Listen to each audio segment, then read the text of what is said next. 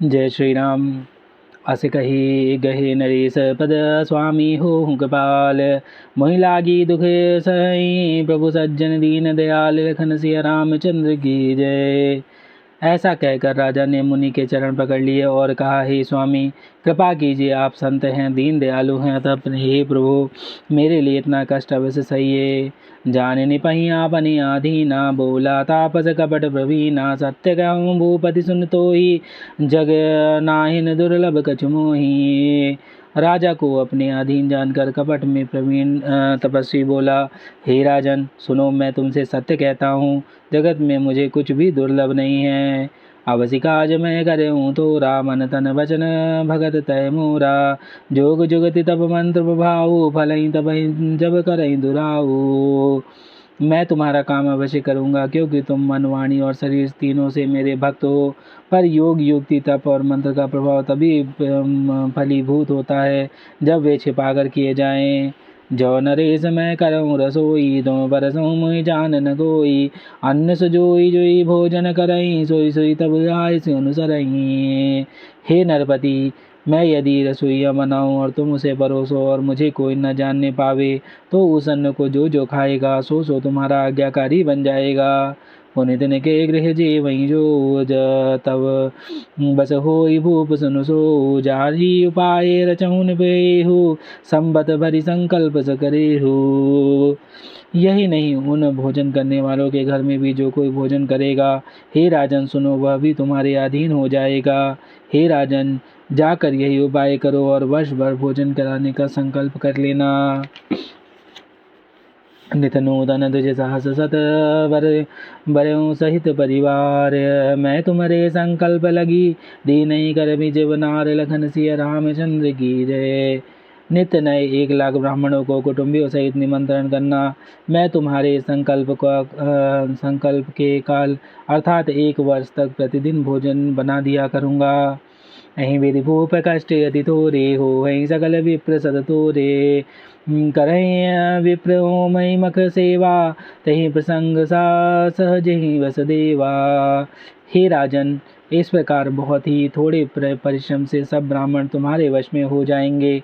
ब्राह्मण हवन यज्ञ और सेवा पूजन करेंगे तो उस प्रसंग संबंध से देवता भी सहज ही में वश में हो जाएंगे। और एक तो ही कहूँ लखाऊ, मैं यहीं बेस न आओ बकाऊ, तुम्हारे उपरोहित कहूराया, हरियाणव मैं करी निज माया। मैं एक और पहचान तुमको बताए देता हूँ कि मैं इस रूप में कभी नहीं आऊँगा। हे राजन, मैं अपनी माया से तुम्हारे पुरोहित को हर लाऊंगा।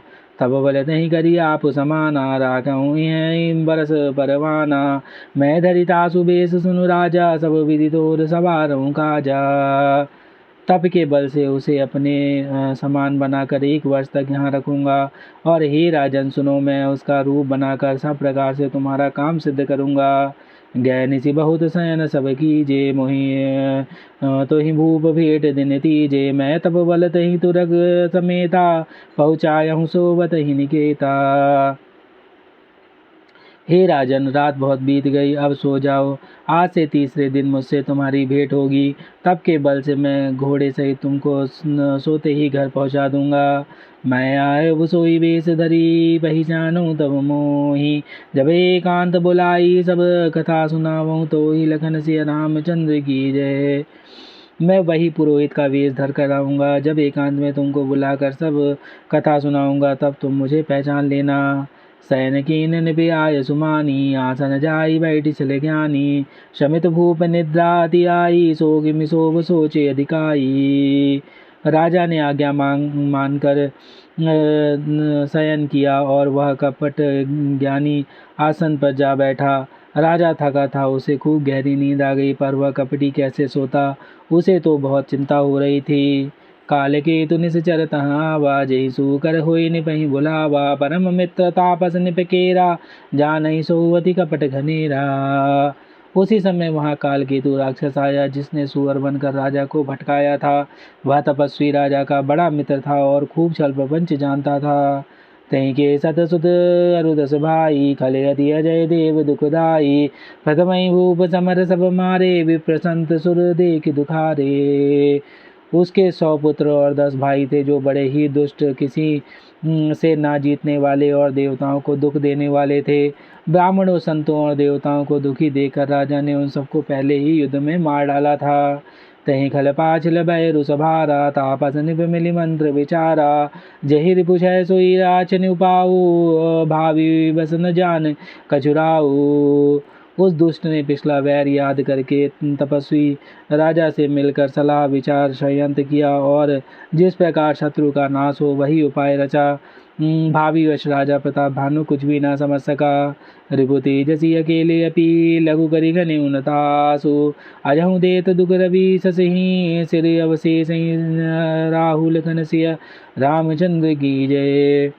तेजस्वी शत्रु अकेला भी हो तो उसे छोटा नहीं समझना चाहिए।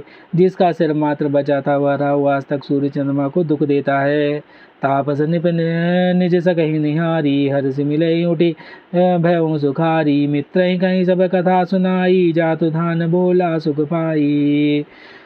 तपस्वी राजा अपने मित्र को देखकर प्रसन्न होकर उठ मिला और सुखी हुआ। उसने मित्र को सब कथा कह सुनाई। तब राक्षस आनंदित होकर बोला, अवसाद उर्पि सुनहु नरेशा, जो तुम कीन मोर उपदेशा। परिहरि सोच रहो तुम सोई, बिनु औषधि बर बियादि विधि होई। हे राजन सुनो, जब तुमने मेरे कहने के अनुसार इतना काम कर लिया तो अब मैंने शत्रु को काबू में कर ही लिया समझो। तुम अब चिंता त्याग सो रहो। विधाता ने बिना ही दवा के रोग को दूर कर दिया है।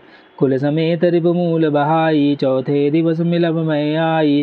तापस निभई बहुत परितोषी, चला महाकपटी अतिरोषी। कुल सही शत्रु को जड़ मूल से उखाड़ कर बहाकर आज से चौथे दिन मैं तुमसे आ मिलूंगा। इस प्रकार तपस्वी राजा को खूब दिलासा देकर वह महामायावी और अत्यंत क्रोधी राक्षस चला। भानु प्रताप ही बाजी समेता, पहुँचाए सिचन माज निकेता। निभई नारी बही शयन कराई, है गृह बाधसी बाजी बनाई। उसने प्रताप भानु राजा को घोड़े सहित क्षण भर में घर पहुंचा दिया। राजा को रानी के पास सुलाकर घोड़े को अच्छी तरह घुड़साल में बांध दिया। राजा के ऊपर हुई हरी, ले गयऊँ बहोरी। ले राखसी गिरी खो महू, माया करी मति भोरी। लखन सिय रामचंद्र की जय। फिर वह राजा के पुरोहित को उठा ले गया और माया से उसकी बुद्धि को भ्रम में डालकर उसे अपने पहाड़ की खोह में ला रखा। आप बिरचि पुरोहित रूपा, पर जाई तहीं से जे अनूपा। जागे उन बेअन भय बिहाना, देखी पवन अति आचर उजमाना। वह आप पुरोहित का रूप बनाकर उसकी सुंदर सेज पर जा लेटा। राजा सवेरा होने से पहले ही जागा और अपना घर देखकर उसे बड़ा ही आश्चर्य माना। मुनि महिमा मन मन महु अनुमानी, उठई गवई जय जान न रानी। कानन गयो बाज चढ़ते ही, पुर नर नारी न जानू के ही। मन में मुनि की महिमा का अनुमान करके वह धीरे से उठा, जिसमें रानी न जानने पावे। फिर उसी घोड़े पर चढ़कर वन को चला गया। नगर के किसी भी स्त्री पुरुष ने नहीं जाना। गए जाम जुग भूपति आवा, घर घर उत्सव बाज बधावा। उपरोहित देखे जब राजा, चकित बिलोक सुमरि सोई काजा। दोपहर बीत जाने पर राजा आया। घर घर उत्सव होने लगे और बधावा बजने लगा। जब राजा ने पुरोहित को देखा तब वह अपने उस कार्य का स्मरण करके उसे आश्चर्य से देखने लगा। जुग समनि बहि गए दिन तीनी, कपटी मुनि पद रह मति लीनी। समय जानी उपरोहित आवा, निभई मते सब कहि समुझावा। राजा को 3 दिन युग के समान बीते। उसकी बुद्धि कपटी मुनि के चरणों में लगी थी। निश्चय समय जानकर पुरोहित बना हुआ राक्षस आया और राजा के साथ की हुई गुप्त सलाह के अनुसार उसने अपने सब विचार उसे समझाकर कह दिए। निबहर जऊँ पहचाने गुरु, भ्रमवश रहा न चेत। बरे तुरत सत सहस बर, विप्र कुटुंब समेत। लखन सिय रामचंद्र की जय। संकेत के अनुसार गुरु को उस रूप में पहचान कर राजा प्रसन्न हुआ। ब्रह्मवश उसे चेत न रहा कि यह तापस मुनि है या कालकेतु राक्षस।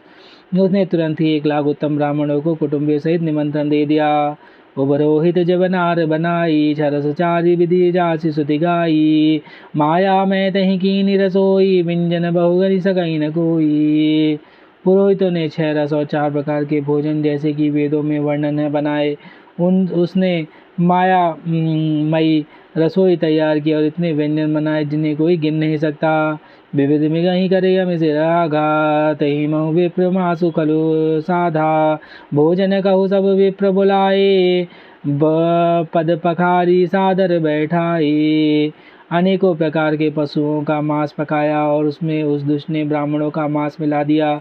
सब ब्राह्मणों को भोजन के लिए बुलाया और चरण धोकर आदर सहित बैठाया। परुसन जब ही लाग महिपाला, भय आकाशवाणी तेहि गाला। विप्रवृंद उठि ग्रह जाऊ, है बड़ी हानि अन्य जनि खाऊ। ज्यों ही राजा परोसने लगा उसी काल केतु कृत आकाशवाणी हुई, हे ब्राह्मणों, उठ कर अपने घर को जाओ, यह अन्न मत खाओ, इसको खाने में बड़ी हानि है। भय और सोई भूसर हूँ मासा, सब द्विज उठे माने विश्वासा। भूप विकल मति मोह बुलानी, भावी बसन आव मुखबानी। रसोई में ब्राह्मणों का मांस बना है। आकाशवाणी का विश्वास मानकर सब ब्राह्मण उठ खड़े हुए। राजा व्याकुल हो गया, परंतु उसकी बुद्धि मोह में भूली हुई थी। होनहार वश उसके मुंह से एक बात भी नहीं निकली। बोले विप्र सकोप तब नहीं कछु कीन विचार, जाई निशाचर हो निप मूढ़ सहित परिवार। लखन सिया रामचंद्र की जय, पवन सुत हनुमान की जय। उमापति महादेव कौशल किशोर की जय, बाबा विश्वनाथ की जय, माई अन्नपूर्णा की जय, श्री कागभूषुंडी महाराज की जय। हरे हरे महादेव।